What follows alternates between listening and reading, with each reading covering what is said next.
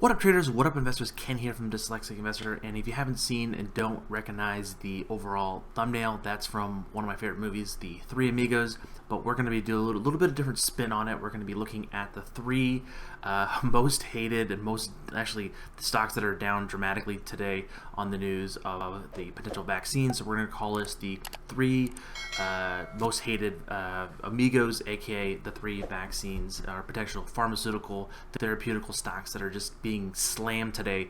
Majority of them are well down below 10% as we speak, as of right now, a little bit after the opening bell.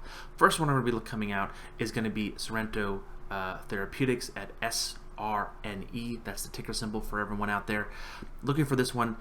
This kind of has this again. For whatever reason, pharmaceutical stocks love to run up, down. That's usually not the way I like to trade. I highly recommend staying away from pharmaceutical stocks if you're somewhat new to trading, because again, the ups and downs are very emotional driven, and it can really just scare the living bejesus out of you.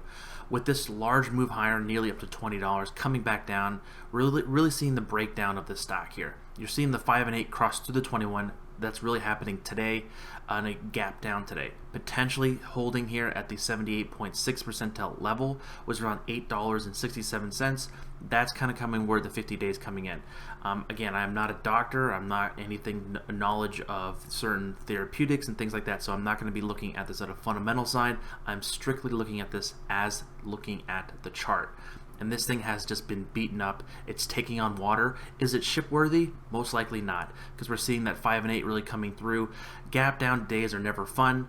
And again, I'm not a fan of trying to catch knives. I don't work at the circus, so I cannot try to catch these knives to the downside. Again, looking for potential.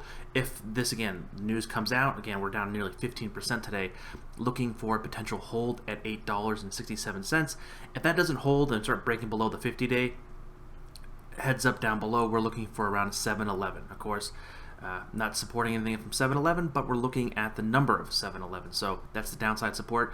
If this really wants to build a base here, we really need to start seeing some kind of formation come in here. Again, it's a pharmaceutical stock. It has those drastic movements. Potentially could stay isolated and kind of build a base here around the $8.67.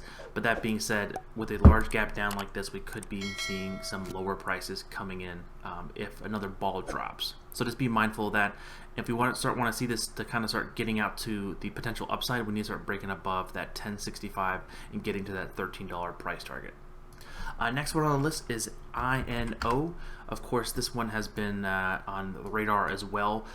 Basically breaking down nearly 10% today. This is a much more of a higher price stock. Looking at it, basically came from $33.79 all the way coming down here. Looks like it just got an alert on INO clearing range. Okay.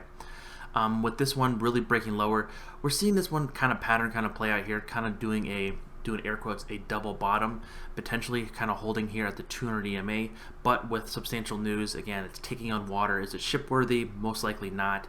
Again, not a big fan of pharmaceutical stocks, but that being said, the momentum is still driving down with those 5 and 8s really not getting really parallel to the 200-day and starting to curl up to the upward right-hand side. That being said, this movement is still down. You can really see that here on the parabolic SAR. Those are those little purple dots.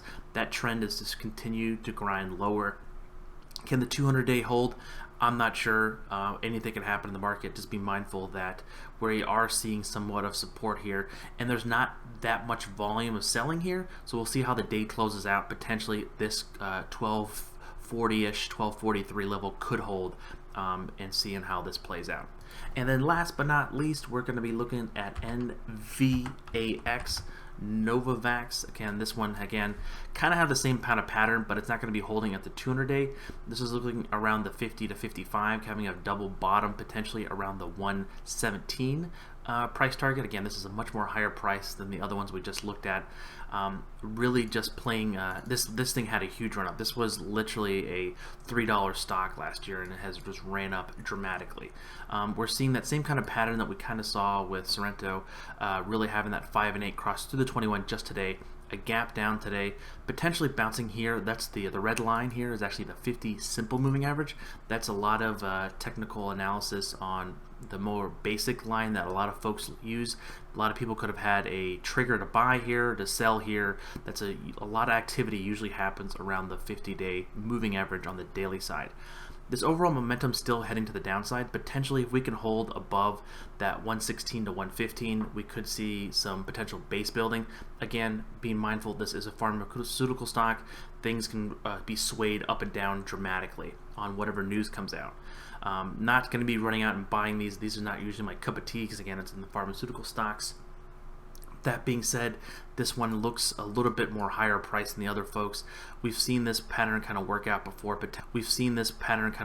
before, but potentially building a base here. Again, is it going to be a V-shaped recovery? I don't want to speculate on that. Again, just be very careful out there. Hopefully this was educational and you learned something today. If you're interested in supporting the channel directly, we have a Patreon page and the YouTube join button, different various memberships. I definitely would love for everyone to check that out if you're interested. And again, if you want to join the Discord, join the chat. A lot of fun there. I hope to see everyone out there. Again, guys, take it easy. This is Ken from the Dyslexic Investor, and I'll catch you guys on the flip.